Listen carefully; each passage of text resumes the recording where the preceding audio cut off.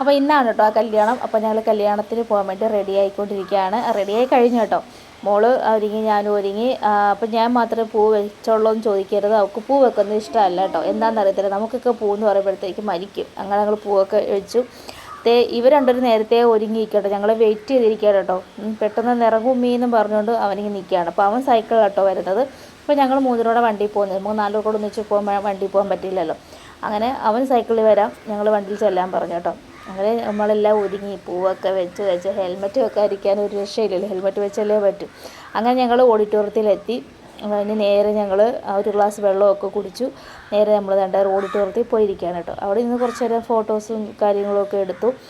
ഓരോരുത്തരും ഇങ്ങനെ വരുന്നതും വന്ന വിശേഷമൊക്കെ ചോദിച്ചു. അങ്ങനെ കുറച്ച് നേരമൊക്കെ അങ്ങനെ പോയി. അത് കഴിഞ്ഞപ്പോഴത്തേക്ക് ഇളയാൾ പറഞ്ഞു എനിക്കൊരു റീൽ എടുത്താൽ എന്ന് പറഞ്ഞു. അങ്ങനെ റീലൊക്കെ എടുത്തു കൊടുത്തു. പിന്നെ നമ്മൾ ചോറ് കഴിക്കാനായിട്ട് പോയി.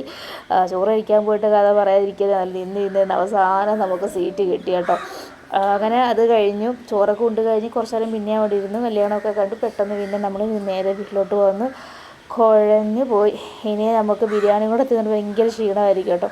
അങ്ങനെ ആ ക്ഷീണമൊക്കെ ഒന്ന് മാറ്റാമെന്ന് വിചാരിച്ചപ്പോഴത്തേക്കാണ് അടുത്ത വരുന്നത്. അതാണ് പെണ്ണിനെ വിളിക്കാൻ വേണ്ടിയിട്ട് കൊല്ലത്ത് പോകണമെന്ന് പറഞ്ഞു. അപ്പം മക്കളെ ഒന്നും കൊണ്ടുപോയില്ല, ഞാൻ മാത്രം പോയി കേട്ടോ. ഞാനും ഇക്കായും കൂടെ പോയി.